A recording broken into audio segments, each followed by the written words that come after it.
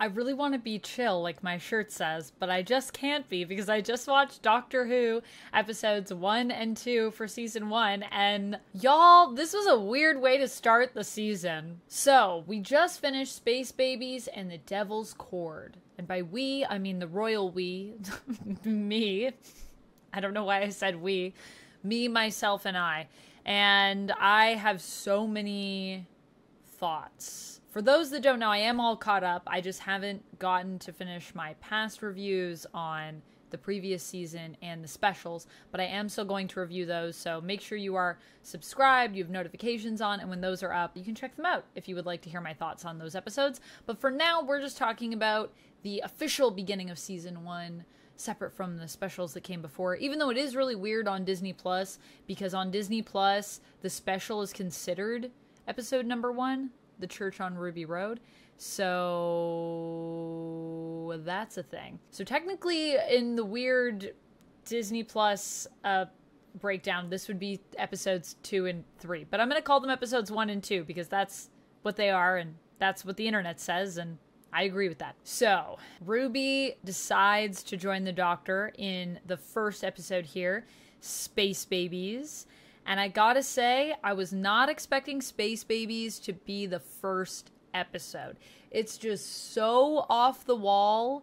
It's so crazy. But I kind of love that it's the first episode. I feel like it's really setting the tone for season 1 in, I think, a good way. I hope a good way. Before we jump into these episodes, I just want to say spoiler warning, as I will be getting into it. We're going to be talking about plot. We're going to be talking about villains. We're going to be talking about everything. Theories. I got theories.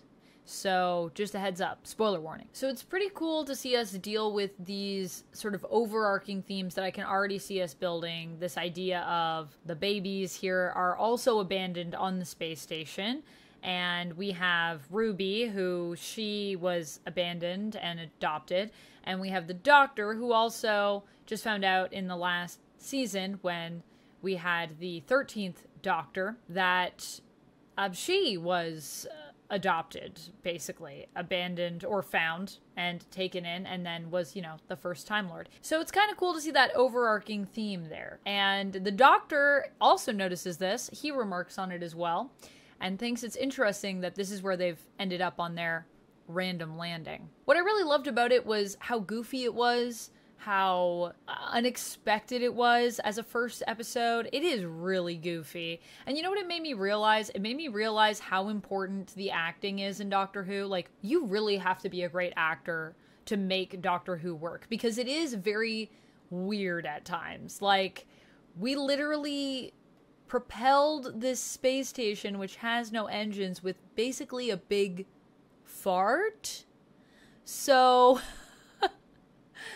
you have to be able to sell that. You know what I mean? You have to be able to sell that level of goofy and commit to it. And I will say, I don't know if it's a bad thing or a good thing that I noticed this. I'm still not really sure how I fully feel about it, but this was an episode that made me notice it. I don't think it's because the acting isn't there, because I do think everyone in this episode does an amazing job. But it did make me notice, like, man, you really have to be good at acting to sell Doctor Who at times, because it does get pretty bonkers. This is one of those episodes that, yeah, it gets really bonkers. However, what I loved about it as well is that it was unpredictable, it was unexpected, and yet it still has such a satisfying story, because they plant all the seeds, but it's not obvious enough that I was like 5 steps ahead of them. I don't know if you were 5 steps ahead of them. You can let me know with the Bogeyman in this episode, but I thought that was so funny and so smart, how they were just like, oh, the monster that's downstairs is actually made of the baby's bogies, because everything got backed up. I was like, that's so ridiculous, but I love it, and it weirdly makes sense. You know that you're a Whovian when you're like, yes, it makes sense that a monster would be made of bogies. That makes a lot of sense. I was explaining this episode to Duck, and I was like, I feel ridiculous saying this, but it really did in the episode. I really did say, yeah, I love that. So it's got this really satisfying sense of storytelling where things are built beforehand and then they're delivered upon in a kind of a fun and clever way.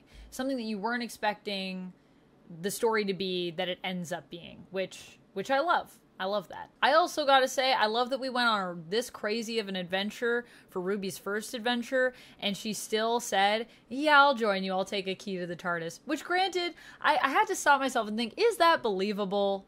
But then I thought, you know what? I would go on this adventure, and I would take a key to the TARDIS, so I guess it is believable. I guess it's believable in the sense that we all love Doctor Who and would want to travel with the Doctor no matter what.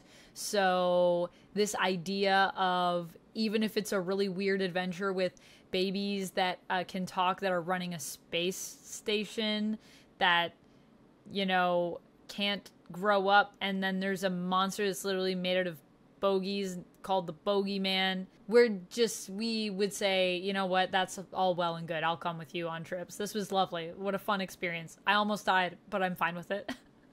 So I'm with Ruby on that one, even though it was so crazy. But you know what? Good to get the crazy adventure out of the way at the beginning. I mean, I'm sure it's only going to get crazier from here, but good to start with something really wild, because it kind of prepares you as a companion for what's coming up. So I do think it helps Ruby to be a little bit more prepared, hopefully getting into everything else that's about to happen. I also loved how in this episode, they were really building up to the main storyline already. So not only do we have the themes of, you know, being abandoned and like what compels us to live our lives if we don't have roots, you know, and the Doctor just talking about how they don't really need roots, they live their life for freedom. And Ruby's like, you go around and you help people and that's your thing. And the Doctor's like, no, I just go around and then sometimes I find things and sometimes I get involved and that's my life.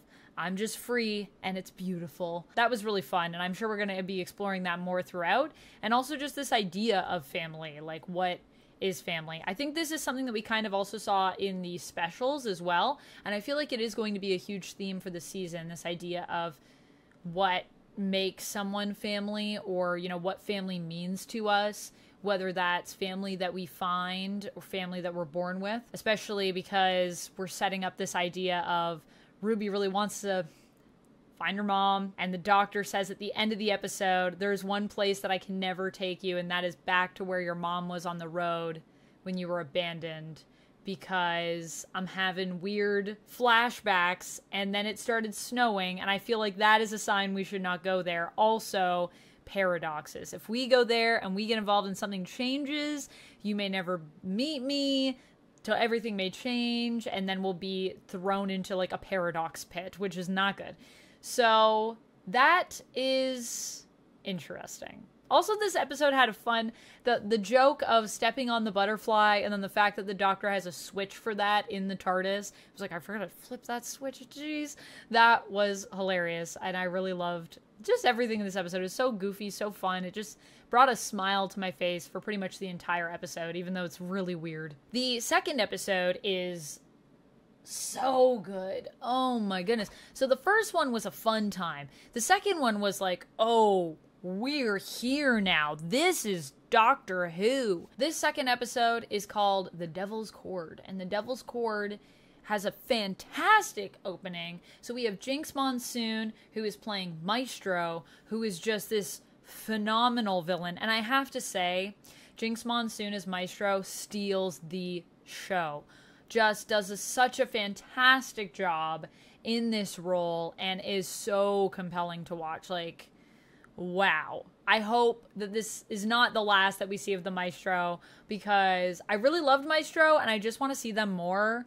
Honestly, this was not enough for me. So I know that we defeated them, but please, please, please, please bring Jinx back, because I need more Maestro in my life. I need more Jinx in my life. This was so good. This is also an episode that I really love in terms of what kind of episode it is. It is a historical episode. So we started off with a weird space adventure. Now we're going historical on Earth. And those are things that I love. I love just one-off adventures where there's a little bit of tapping into the overall story.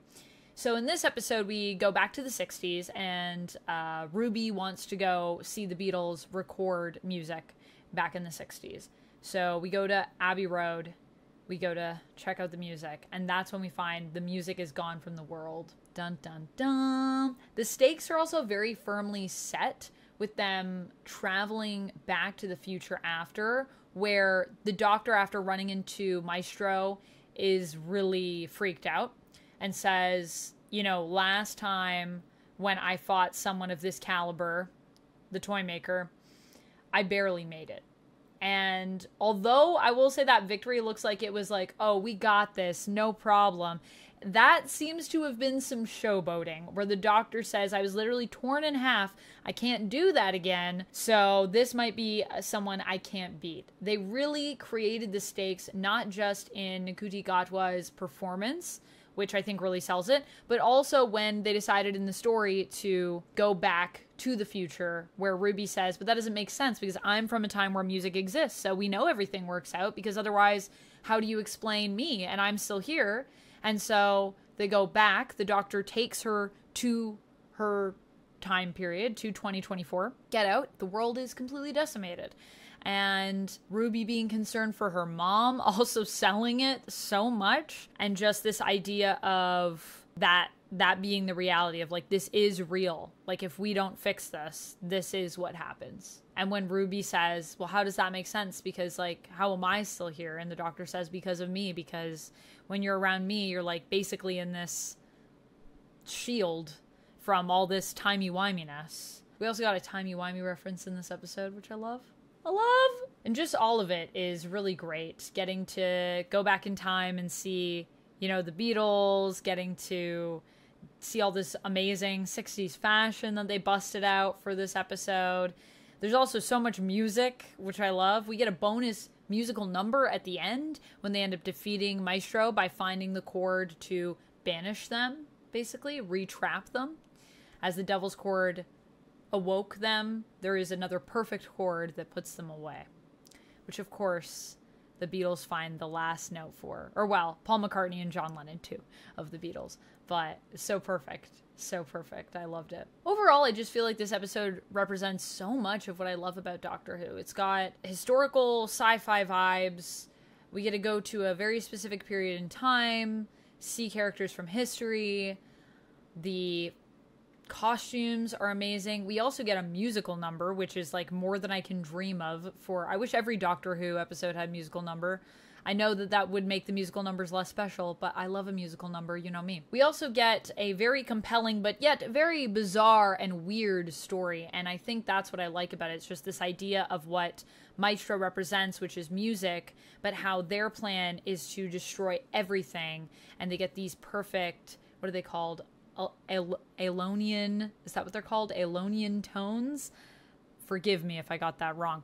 But that whole concept of just, they want that tone from the end of the world, the end of the universe, and that's what they're seeking, is so horrifying, yet so great.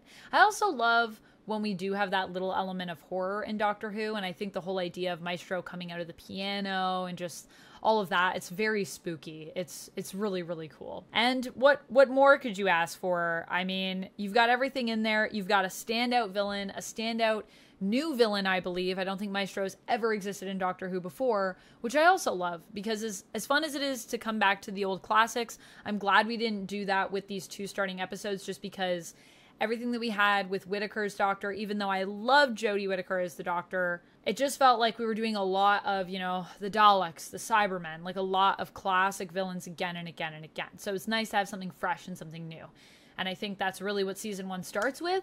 It is totally bonkers. It's totally weird, but it's so fresh. It's just like a breath of fresh air. I feel like I just sipped like a soda water. It's like bubbly and exciting and new. So that's basically my take on these two episodes. I would say my favorites so far is probably still The Devil's Chord. The Devil's Chord was so good.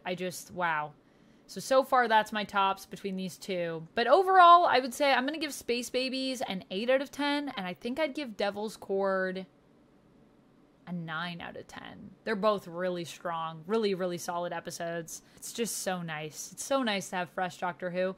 And I can't wait. I'm going to be trying to get these reviews to you guys every Friday or Saturday. I think new episodes come out on Friday. So I'll be watching with you, and I'm excited to discuss. I definitely think we are planting some seeds in terms of theories for what's going to be happening with Ruby. And I think it's interesting as well that I think we're going to have a new companion, like, partway through the season. So I'm wondering what's going to happen. I definitely think Ruby's mom is going to be really upset with the Doctor, because every time the Doctor comes into the house now, something has like ruined part of their apartment. So I'm just thinking, how much more can this apartment be destroyed? And is that why Ruby's journey might be more short-lived? Because by the end of it, they're not going to have an apartment. Oh, the crazy thing too is the Doctor can do a lot of stuff, but I don't know if the Doctor can just like fix your apartment if they smash the ceiling and walls.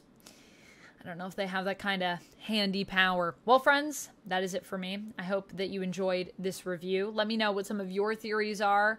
Who do you think Ruby is going to be related to? Is that like a big reveal, do we think? I feel like it's got to be someone, but at the same time, the reading said that she was human. So, yeah, I don't know where we're going with that, but I definitely think it could be interesting. Part of me was wondering if she might be the Doctor's relative or something to do with Time Lords, but if she's a human, I don't know. Unless disguised as a human? It's possible. We've seen it before. I don't know. All right, let me know what your thoughts are, what your theories are for who Ruby is, if you think she's anyone, where you think we're going next. What do you think is going to happen to the Doctor? Do you think the Doctor's ever going to get their memories of their past lives back? Are we ever going to continue that, or no? It is from Chibnall's time, so I don't know. Anyways, that's it for me. Thank you so much for watching. Until next time, stay timey-wimey and stay nerdy, friends.